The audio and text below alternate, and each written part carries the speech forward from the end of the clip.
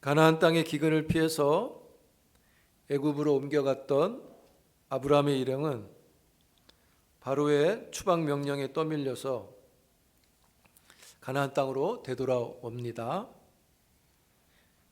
애굽에서 바로에게 아내 사례를 넘겨줌으로써 하나님의 약속을 무효화시킬 뻔했던 아브라함. 하나님의 은혜로 아내 사례를 고스란히 찾게 되었어요. 이 일은 하나님께서 자손에 대한 약속을 지키시기 위해 사례를 되돌려 주신 전적인 하나님의 역사였습니다. 아내 사례를 되찾은 아브라함은 자손에게 속한 모든 것을 가지고 조카 롯과 함께 이집트를 떠나 가나안 땅 네겝으로 올라왔습니다. 네겝은 창세기 12장 9절에 아브라함이 점점 남방으로 내려갔다고 할 때 그 남방이 이 네겝을 가리킵니다. 이스라엘의 남쪽인데요. 애굽에서 돌아오는 첫 번째 길목 같은 지역이라고 보시면 됩니다. 네겝으로 올라온 아브라함은 네겝을 떠나 북쪽으로 올라갑니다. 예루살렘을 지나고 베델과 아이 사이에 이전에 장막을 쳤던 곳으로 가서 단을 쌓고 여호와의 이름을 불렀습니다. 단을 쌓고 여호와의 이름을 불렀다는 것은요, 다시 하나님께 제사를 드렸다는 것을 뜻합니다. 제단을 쌓은 곳으로 돌아와서 다시 여호와의 이름을 부를 때 아브라함은 많은 생각이 스쳐 지나갔을 것이라고 생각돼요. 애굽에 내려간 일이라든지 사례를 빼앗긴 일이라든지 애굽에서 바로가 자기를 내보낸 일들을 겪으면서 다시 약속의 땅에 돌아와 제단을 쌓을 때 그 마음은 이전의 마음과는 달랐을 것이라고 보여집니다. 마치 탕자의 귀환처럼 말입니다. 아브라함이 그랬을 것 같아요. 아브라함이 좀 새로운 마음을 가지고 약속의 땅에서 새롭게 시작해서 살아갈 때 뜻하지 않은 일이 일어났습니다. 조카 롯과 안정적인 목초지 확보하는 문제로 다툼이 일어났어요. 아브라함이 하란을 75세에 떠나서 가나안 땅으로 올 때 롯도 함께 왔는데요. 어떤 이유로 아브라함과 롯이 함께 떠나왔는지는 알 수 없지만 아브라함과 롯은 서로에게 깊은 우정의 관계가 있었다고 보여져요. 롯은 나름 재산이 있었고요. 가족으로 아내와 두 딸이 있었습니다. 가나안으로 돌아온 이들에게 그 아브라함의 모든 일행은 이 베델과 아이 사이 장막을 친 지역이 이 일행이 거주하기에 넓은 곳은 아니었습니다. 창세기 12장 5절에 보면 아브라함이 하란을 떠날 때 어느 정도 재산을 모아 떠났다는 것을 알 수 있죠. 하란에서 가져온 재산에 애굽에서 바로에게 많은 또 재물을 얻고 돌아오게 됐잖아요. 많은 가축들을 먹여 살려야 되는데 그 장막 친 곳에 물과 풀이 넉넉하지 않았다는 거죠. 그래서 그 거주하던 땅에 물과 풀이 넉넉하게 공급이 되지 않으니까 아브라함의 목자들과 롯의 목자들이 다툼이 된 것이고 목초지를 확보하기 위해서 싸움이 나는 거죠. 공급이 한정되어 있으니까 또 수요는 커지니까 다툼이 되어진 거죠. 아브라함은 결단을 해야 했습니다. 아브라함이 롯을 불러서 이야기합니다. 너가 좌하면 나는 우하고 너가 우하면 나는 좌로 가겠다고 너가 땅을 선택하라고 먼저 양보하게 되죠. 아브라함의 선택은 어려운 결정이었습니다. 왜냐하면 롯이 아브라함과 함께하는 것은 아브라함에게도 나그네 길에 있을 때 큰 힘이 되었을 거예요.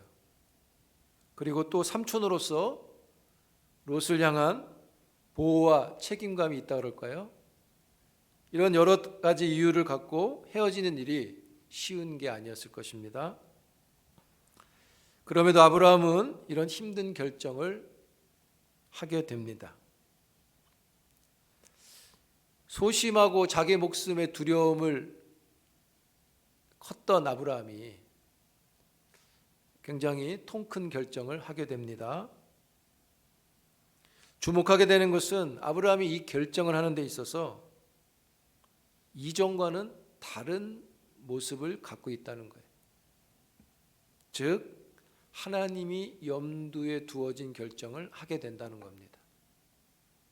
그것이 7절에서 확인이 되는데요. 본문을 문학적 구조 분석으로 좀 살펴보면 이렇게 볼 수 있는데요. 보세요, 여러분. 6절에 소유가 많아 동거할 수 없다고 했죠. 다툼의 원인이 제공됩니다.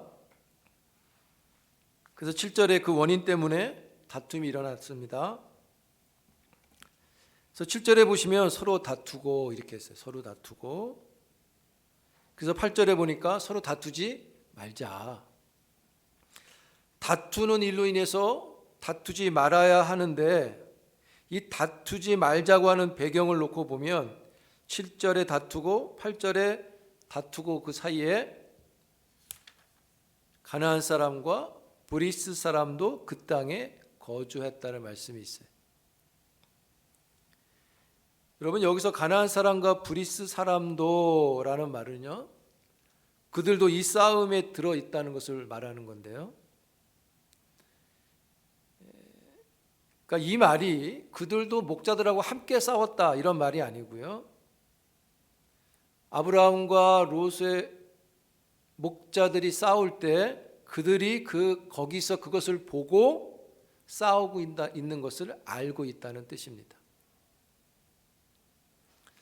그래서 그들도 이 싸움에 함께 있으니까 아브라함이 결정을 해야 했습니다. 그 결정이 9절이에요. 좌하면 우하고 우하면 좌하겠다. 먼저 선택하여 가라. 여호와의 이름을 부르는 자가 여호와께 복을 받아서 형통함을 얻고 있는데 그 받은 복으로 싸우고 분쟁하는 것은 가나안 사람들에게 여호와의 이름을 부끄럽게 하는 일이었던 거죠. 여러분 여기서 아브라함의 결정이 헤어지는 게 목적이 아님을 알 수 있어요. 여러분 땅이 좁아서 헤어지는 게 목적이라면 룻에게 그냥 다른 지역으로 가라 그러면 되죠. 그럼 헤어지는 거잖아요. 아브라함의 결정은 헤어짐이 목적이 아니라 오히려 가나안 사람들에게 심지어 조카 롯에게도 여호와의 이름을 부끄럽게 하지 않으려는, 즉 하나님을 염두에 둔 선택이었다는 것을 보여주고 있다는 거죠. 왜 아브라함이 이전과 다른 일을 하느냐? 아브라함이 애굽에서 하나님을 배우고 알게 된 거예요. 사라의 사건이나 바로의 하는 일들을 보고 하나님을 배운 것이죠. 애굽에 돌아와서 아브라함에게 믿음이 조금 생겼어요. 그리고 그 믿음이 헤어지는 일에 반영되고 있는 것이죠. 그것이 바로 가나안 사람과 브리스도 사람들이 그의 눈에 들어오는 것입니다. 반면에 롯의 선택이 있는데요. 롯은요, 생존의 문제 앞에서 빠른 계산을 합니다. 과학적이고 합리적이고 상황적으로 목축하는 것에 좋은 것을 계산하죠. 그래서 성경도 물이 많다는 표현을 쓰는 겁니다. 먼저 가라고 한 아브라함의 마음도 놓치고 그저 자기 조건에 맞는 계산을 합니다. 손해보는 선택을 할 수 없었습니다. 왜냐하면 재산의 문제였고 생존의 문제였기 때문이에요. 그래서 좋은 곳을 보았고 선택하여 간 것입니다. 그런데 여러분 굉장히 역설적입니다. 그것은 롯이 좋은 땅을 찾아서 떠나갔는데요, 아브라함은 여전히 약속의 땅에 남아있게 된다는 겁니다. 오히려 양보하여 놓치는 것 같았지만 아브라함이 그 땅을 지키고 있는 거죠. 이게 하나님의 섭리라고 하는 겁니다. 여러분, 세상에서 양보는 손해라는 것이 생기게 되죠. 그런 경우가 많아요. 그래서 세상에서 양보는 힘든 선택이에요. 더욱이 생존의 문제로 받아들일 때는 더더욱 그러합니다. 그런데 이 일이 겁도 많고 자기 생명에 대해서 굉장히 두려워하고 행동하는 걸 소심하게 했던 아브라함이 아주 당차게 하고 있어요. 그에게 무엇이 생겼기 때문이죠. 그것이 바로 애굽에서 배운 하나님에 대한 믿음이 조금 생겼기 때문이에요. 그래서 그의 마음에 하나님을 염두에 두게 되는 것입니다. 그래서 아브라함의 행동을 믿음으로 받을 수 있습니다. 여러분, 오히려 아브라함 입장에서 하나님을 의식한다고 하면 자기가 약속을 받았잖아요. 하나님께, 아브라함이. 그 하나님이 또 땅도 정해줬잖아요. 본인이 거기 있어야 되잖아요. 그게 믿음을, 하나님께 대한 아브라함의 마땅한 태도 아닙니까? 그 땅을 버리고 내려가니까 애굽에 다시 불러들이잖아요. 하나님이 약속한 땅이 너가 거기 있어야 된다고. 그러니까 아브라함 입장에서 여기는 이런 이유가 있으니 내가 여기서 지키고 있겠다, 찜하고 네가 가라, 이렇게 하는 것도 문제될 거 없어요. 명분도 있고 기득권도 있잖아요. 어른이잖아요. 약속도 아브라함이 받았잖아요. 그러나 아브라함은 롯이 먼저였고 가나안 사람들 앞에서 하나님이 먼저가 됩니다. 이전과 달라졌어요. 우리 아이가 달라졌어요처럼 달라졌어요. 그 소심했던 아브라함이 이런 행동한다는 게 쉬운 일이 아닌 것 같아요. 아브라함의 모습은 애굽에서 사라의 일과는 다른 모습을 보여줍니다. 이런 아브라함의 모습을 가리켜서 이렇게 말할 수 있을 것 같아요. 품위가 있다. 어른으로서 품위가 있다. 이런 말씀드렸듯이 내가 약속을 받은 당사자인데 어쩔 수 없다야. 네가 떠나가는 게 맞는 것 같다. 합당하고 명분도 충분한 이야기가 되잖아요. 그럼에도 큰 자가 작은 자에게 명분을 내세워서 그렇게 하는 것을 보면 또 그것도 좀 품위가 없어 보이죠. 왜요? 큰 자고 어른이니까. 이런 대표적인 사람들이 바리새인과 서기관이었어요. 여러분, 지난주 매일 성경 본문에 보면 6장의 본문이 있습니다.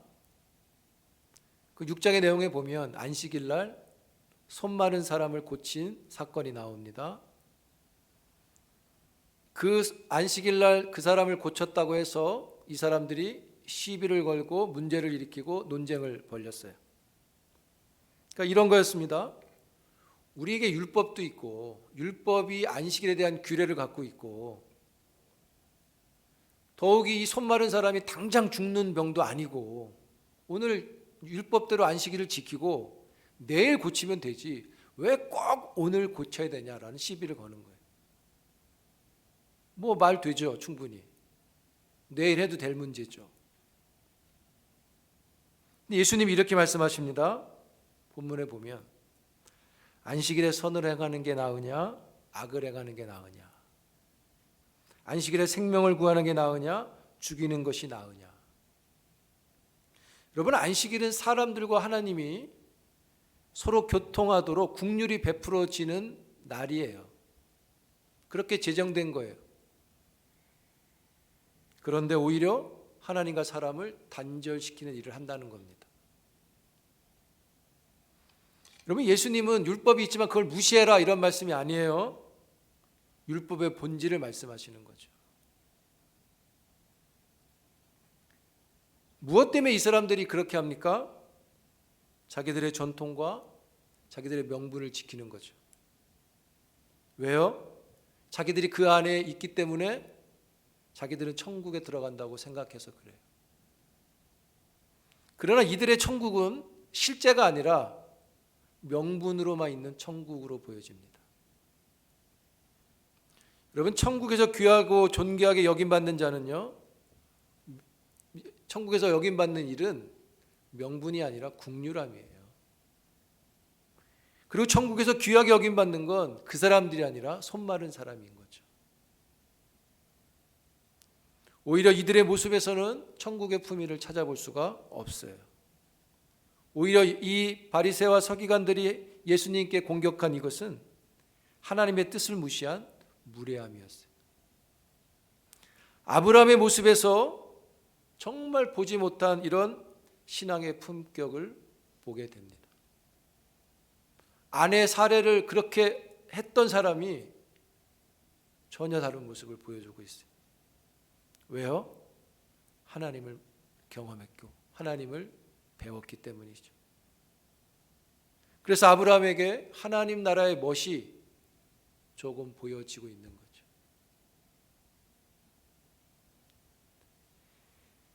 반면 롯의 품위는 어떤가요? 롯은 정확하게 계산했고요. 상황을 판단해서 가장 합리적이고 과학적인 선택으로 목초지를 찾아서 떠나갔습니다. 성경은 그것을 가리켜 롯이 동쪽을 향해서 장막을 옮겨갔다고 이야기하고 그 끝이 소돔이었다고 말합니다. 롯이 볼 때 소돔 땅은 동쪽에 있는 멋진 도시였어요. 이 롯이 선택한 땅은 어떤 땅인가요?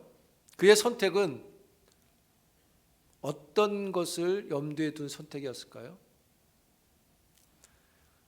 롯의 선택이 하나님을 염두에 둔 선택이 아니라는 것을 본문에서 암시해 주는 게 있습니다. 그것이 바로 동쪽이라는 겁니다. 동쪽을 향하여. 여러분, 도움을 좀 받아보기 원하는데 창세기 3장으로 갑니다.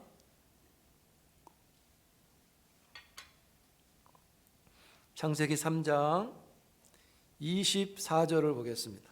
창세기 3장 24절 같이 있습니다. 시작. 이같이 하나님이 그 사람을 쫓아내시고 에덴 동산 동쪽에 그룹들과 두루 도는 불칼을 두어 생명나무 길을 지키게 하시니라. 아담과 하와가 에덴에서 죄와 관련해 쫓겨날 때 그들은 동쪽으로 쫓겨났고요. 그래서 그들은 동쪽을 향해 가야 했습니다. 에스겔도 에스겔 선지자도 동쪽에 대한 말을 언급하는데요. 함께 좀 찾아보겠습니다. 에스겔서 43장, 구약성경 1220쪽 됩니다. 1220쪽 에스겔서 43장.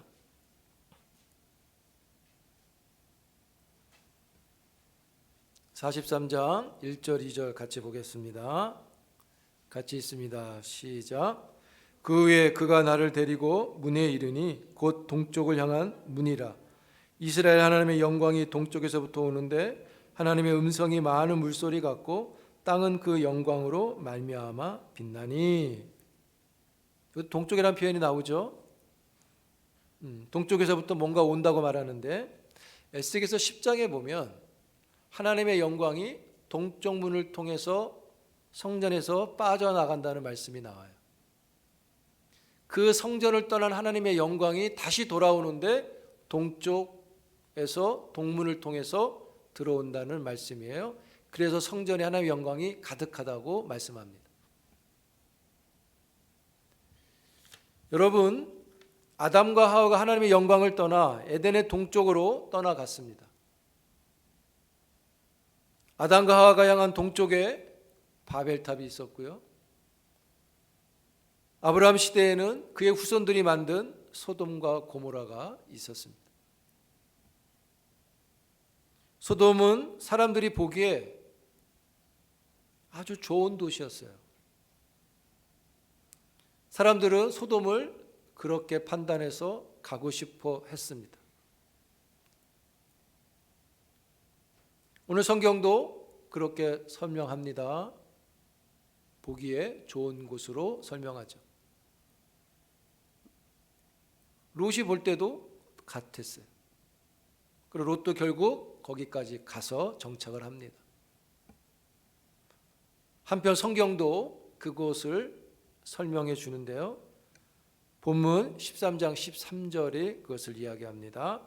같이 읽겠습니다. 시작. 소돔 사람은 여호와 앞에 악하며 큰 죄인이었더라. 여러분 10절에 보시면 사람들이 볼 때 소돔은요, 여호와의 동산 같고 애굽 땅 같았다고 하죠. 사람이 보기에 너무 좋은 곳이에요. 에덴 동산 같고요. 기근이 와도 풍요로움이 있는 애굽과 같았다는 거예요. 애굽의 풍요로움은 물이 있기 때문입니다. 나일강이 있기 때문이에요. 그러니까 롯이 찾아간 것은 물과 풀이 많은 그런 쪽이었, 보기에 좋은 곳이었어요. 그런데요, 사람들 보기에 그렇게 좋았는데 여호와는 그곳을 악하다고 보신다는 거죠. 롯이 룻과 롯이 헷갈려 자꾸. 롯이 크게 잘못 본 거죠. 여러분, 보여지는 게 다가 아니라는 것을 배웁니다. 롯은 소돔의 아름다움을 보았지만 하나님의 시선이 없었고요. 롯은 소돔의 아름다움을 봤지만 하나님이 보시는 소돔의 악은 보지 못했다는 거죠. 좀 하나님을 조금이라도 염두에 뒀다면 그의 선택이 조금 달라지지 않았을까를 생각해 보게 돼요. 여러분 그런 거 있죠. 우리 어린 자녀들이 왜 좋지도 않은 어떤 물건에 확 꽂혀가지고 막 그거 사달라고 막 할 때 있죠. 그거 금방 망가지고 한두 번 쓰면 안 될 건데도 사달라고 그럴 때 있죠. 그리고 또 사줘도 잠깐 쓰고 부서지고 못 쓰게 된 경우가 많아요. 그러니까 어른이 볼 때는 그럼 그거 사지 말고 더 좋은 거 사라 그러죠. 더 좋은 걸로 해서 사라. 안 사요. 꽂힌 거 사야 돼요. 어른이 볼 때 더 좋은 게 있는데 그러죠. 표현하면 롯은 어린아이였고 하나님은 어른이었습니다. 그 성경은 말합니다. 잠언서 16장에 사람이 마음으로 자기의 길을 계획할지라도 그의 걸음을 인도하시는 여호와시다. 롯이 이것을 놓치는 거죠. 그가 조금이라도 하나님을 염두에 뒀다면 달랐을 것 같아요.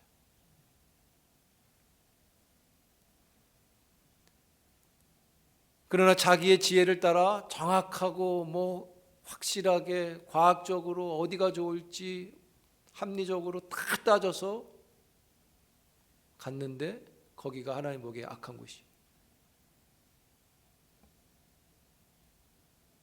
여러분 하나님 앞에서 어른인 척하지 않기를 바랍니다.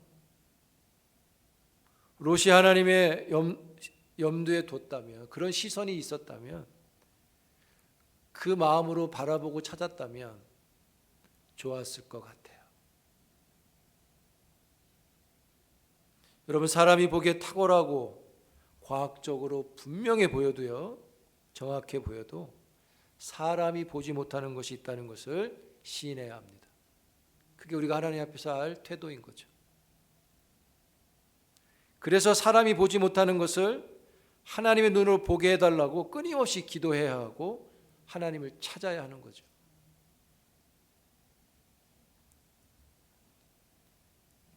두 사람이 헤어진 후에 현실 가운데 있는 아브라함은요, 물리적으로나 정서적으로 또 가족적으로 힘들었을 것 같아요. 또 혼자 남은 자신의 미래도, 둘이 있던 것이 혼자 남았으니까 걱정과 두려움도 충분히 느꼈을 것 같아요. 두렵고 걱정스러움이 있는 그때 하나님께서 나타나십니다. 마음을 비우고 여호와의 이름을 위해서 선택을 양보한 아브라함에게요, 하나님이 선택권을 다시 주십니다. 놀랍죠?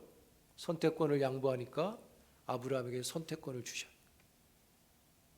14절 17절입니다. 우리 함께 읽어볼까요? 시작. 롯이 아브라함을 떠난 후에 여호와께서 아브라함에게 이르시되 너 있는 곳에서 북쪽과 남쪽 그리고 동쪽과 서쪽을 바라보라. 보이는 땅을 내가 너와 내 자손에게 주리니 영원히 이르리라. 내게 내 자손이 땅의 티끌 같게 하리니 사람이 땅의 티끌을 능히 셀 수 있을진데 내 자손도 세리라. 너는 일어나 그 땅을 종과 행으로 두루다녀 보라. 내가 그것을 내게 주리라. 북쪽과 남쪽, 동쪽과 서쪽을 눈을 들어 바라보라고 합니다. 바라보는 모든 땅을 너와 내 자손에게 주신다고 약속합니다. 선택을 포기했더니요, 더 큰 선택을 주셨고요. 롯에게 양보했더니 하나님이 아브라함에게 더 큰 것을 양보해 주십니다. 주신 복이 이전과 다른 것은 땅이나 자손에 대해서 아주 구체적으로 설명한다는 거예요. 땅의 티끌같이. 그리고 15절엔 처음으로 이 약속을 영원하다라고 말씀합니다. 영원이라는 말이 처음 나와요. 약속. 하나님은 두렵고 근심이 있는 아브라함에게요, 언약의 성취를 더 구체적으로 확인해 주셨고요, 구체적으로 안정감을 갖도록 위로해 주셨어요.